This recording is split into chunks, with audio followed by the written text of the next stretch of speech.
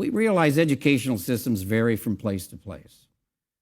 In some countries, higher education is provided by the government, free of charge. However, the cost of obtaining university training is not our primary concern. It is the potential for spiritual harm that has moved us to provide the cautions we have shared in the past. Ultimately, it is the decision of the parents as to the amount of secular education they feel is necessary for a child to later care for a family of his own. As parents, we would be remiss if we did not encourage our child to pursue a skill or trade that would enable him to start off a marriage successfully. Having said that, it does not change the fact that all too often our young people have met with spiritual disaster, especially after leaving home and living on a university campus. So parents and children, you need to have a goal and you need to have a plan. If you're missing either one, Satan will provide it for you. Young people, ask yourself, why am I considering additional education? Is it because I'm pursuing a specific skill or trade to support my service to Jehovah? Or have I been pressured by the system into believing that higher education will somehow make me a more respected person or lead me to a better life? Let me review the scriptural basis for our previous published concerns about higher education. As an example, 1 Corinthians 15:33 says, "Bad associations spoil useful habits." While it is true that the ancient city of Corinth was known for its immoral lifestyle, what was the Apostle Paul primarily concerned about when he penned those words?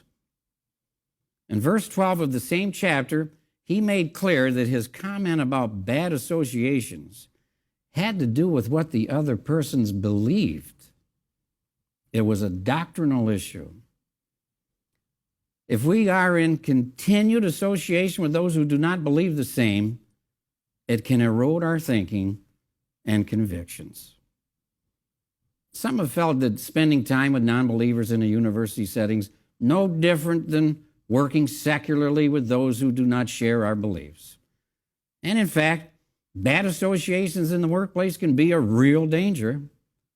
However, it is one thing to work on a job with others and quite another matter to immerse oneself in an institution of learning.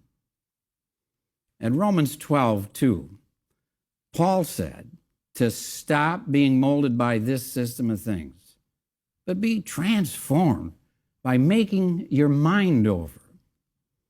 We are to be careful that this system does not mold or shape our thinking. The verse said to make over your minds, not hand over your minds. Higher learning can easily influence thinking and attitudes.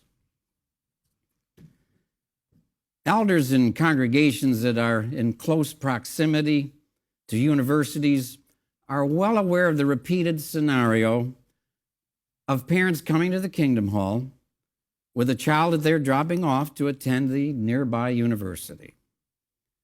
Sadly, often in a few weeks or months, the child begins missing meetings. And not too long into the school year, he totally disappears. Then the parents are upset with the local body of elders for not shepherding their child. My question is, who dropped them off at the university? So where does the responsibility really lie? When we make a decision, we must realistically also accept the consequences.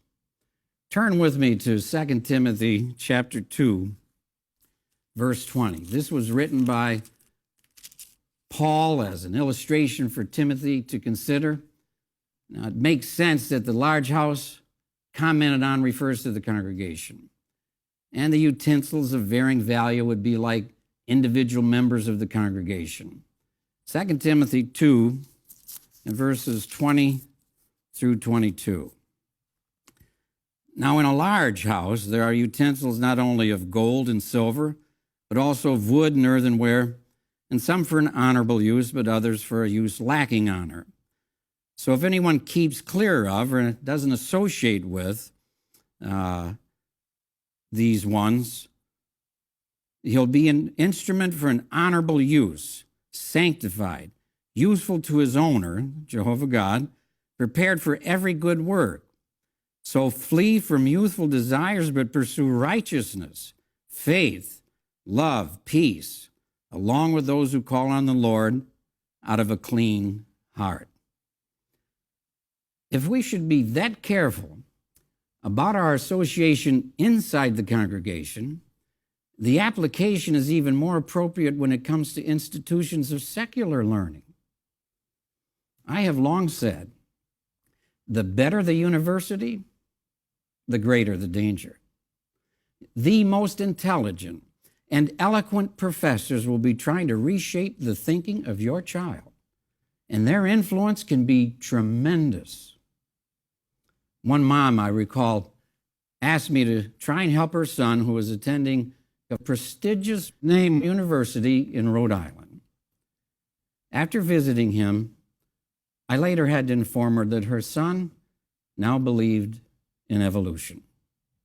She refused to believe it until he finally told her himself. How sad. In Romans chapter 14, it counsels us not to judge or become overly critical of the decisions of others. As we mentioned earlier, ultimately the parents must decide how much education a child needs to succeed in life. But does that mean that any decision a parent makes regarding a child's education is fine with Jehovah? Follow along with the reasoning in Romans chapter 14, verses 10 through 12. But why do you judge your brother? Or why do you also look down on your brother? And here's a valid point. For he will stand before the judgment seat of God. For it is written, as surely as I live, says Jehovah, to me every knee will bend, and every tongue will make open acknowledgement to God. Here, Jehovah guarantees that one day, every person on earth will be a true worshiper of him. Will you be there?